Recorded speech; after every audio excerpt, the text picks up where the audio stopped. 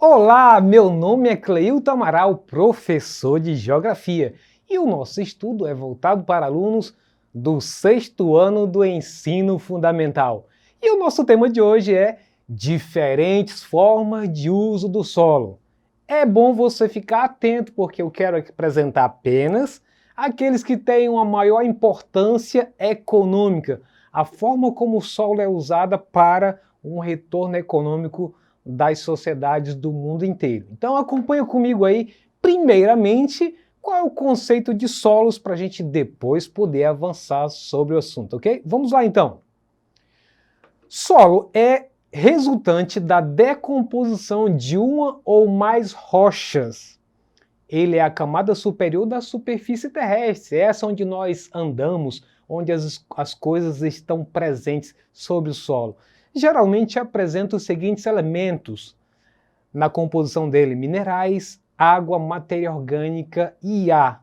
Então, quando ele diz o solo é resultante da decomposição, temos aí o caso de uma área rochosa que tem uma parede de montanha e mais um vale aí, e você vai perceber que durante milhares de anos, milhões de anos, depende da localidade, todas essas paredes vão se desgastando, vão se decompondo.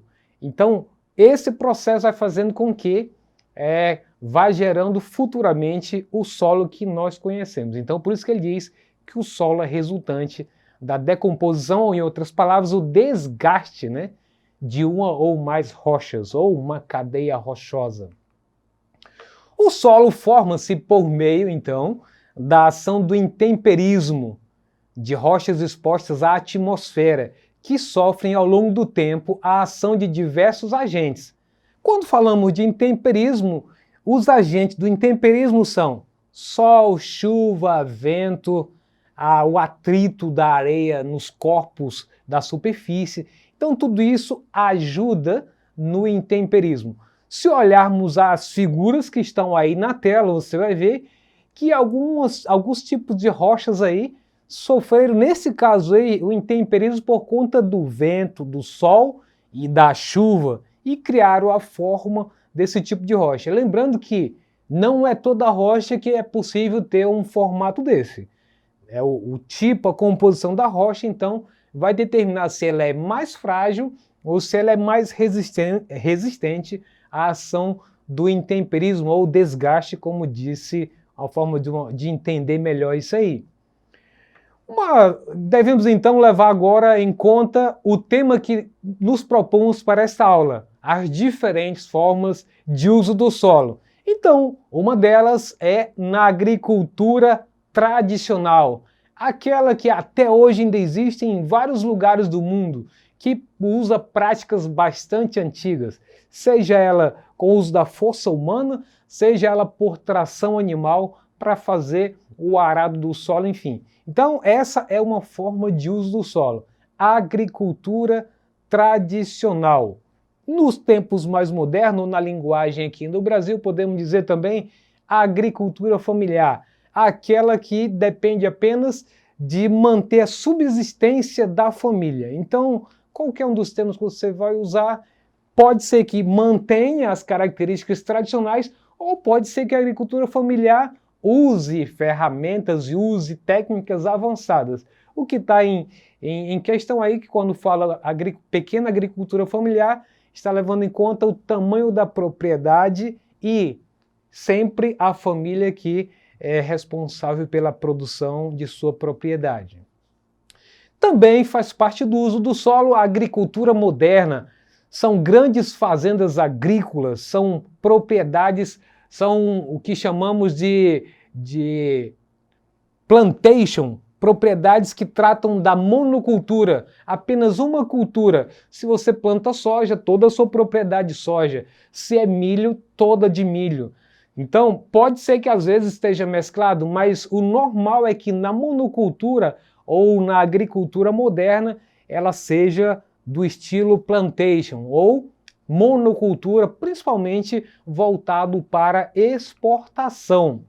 Também faz parte disso a silvicultura, esse lado da economia que trabalha com o cultivo de plantas, principalmente o reflorestamento de plantas que são apropriadas para a indústria, como a madeireira, por exemplo. Muitas das caixas, muitos dos produtos que são fabricados de móveis, etc., existe também as empresas que tratam de cultivar plantas dessa modalidade. Então temos aí a etapa na figura, desde a muda, as plantas já na sua maturação, já no ponto de corte, e também a última figura, as máquinas fazendo o corte de maneira profissional. Muitas delas trabalham com manejo autorizado pelos governos locais.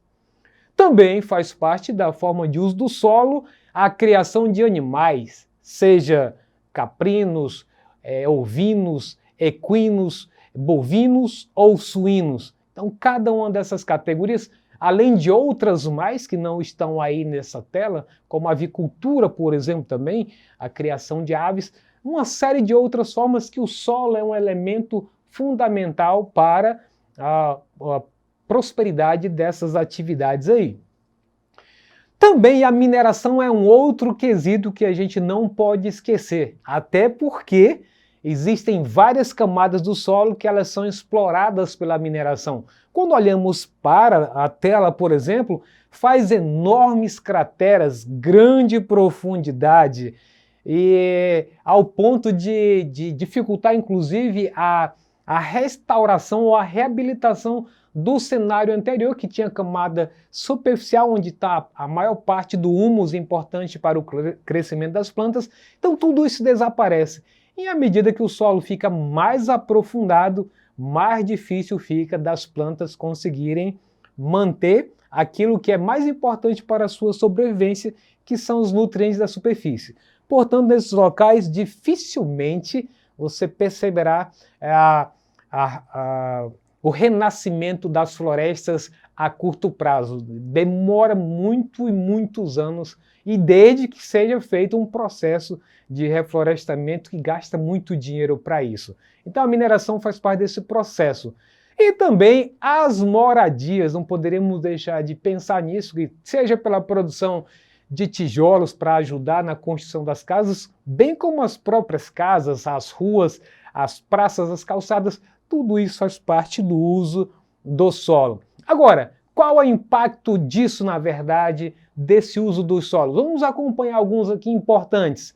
Bom, pesquisas mais recentes revelam que 33% dos solos do mundo estão degradados, que podem, esse termo degradado podem se tornar desertificados, podem se tornar em forma de erosão, arenização, entre outros processos. Então isso é solo degradado, em processo de destruição, que está se decompondo, perdendo a sua fertilidade muitas vezes e atrapalhando inclusive a permanência de muitos cursos de água em função desses processos que estão entre parênteses aí que foram citados. O selamento do solo, eu estou me referindo aí a impermeabilizar, tornar o solo coberto. Isso é muito clássico nas cidades, onde é feito calçamento com tijolos, principalmente com asfalto. E aí você vai ver que algumas cidades, quando chove, como não ocorre aquela infiltração natural do solo, então ocorrem algumas inundações, alguns contratempos para os moradores. Então chama-se selamento do solo, torná-lo impermeável em relação à infiltração das águas da chuva. Outro problema grave também está ligado aos agrotóxicos, os defensivos agrícolas que são usados para poder impedir que as pragas tomem de conta de todo esse alimento que chega às nossas mesas. Soma-se a isso também os desmatamentos e as queimadas. Também os recursos hídricos nos espaços rural e urbano. No Brasil, olha o detalhe, a canalização e o tamponamento são os comuns no processo de urbanização. A canalização consiste na modificação do traçado dos rios e córregos, e o tamponamento torna os cursos de água subterrâneo. Então nós temos na ilustração aí dois casos que têm tudo a ver, e provavelmente no seu bairro, na sua cidade, de um modo geral, você já viu esse processo. muitos cursos de água desaparecem porque são canalizados, são feitas galerias, feita a tampa dessas galerias, colocado terra por cima e você nem sabe mais por onde estão passando esses córregos de água. Também a própria canalização feita aí por tubulações específicas, como mostra a figura. E aí não deixa de comprometer o solo a parte do desmatamento, principalmente das matas ciliares. Olha só na figura, o antes. A mata ciliar é essa vegetação que ladeia os rios e igarapés, é uma vegetação de pequeno porte, mas que ajuda na proteção do volume de água e principalmente do ecossistema ali presente.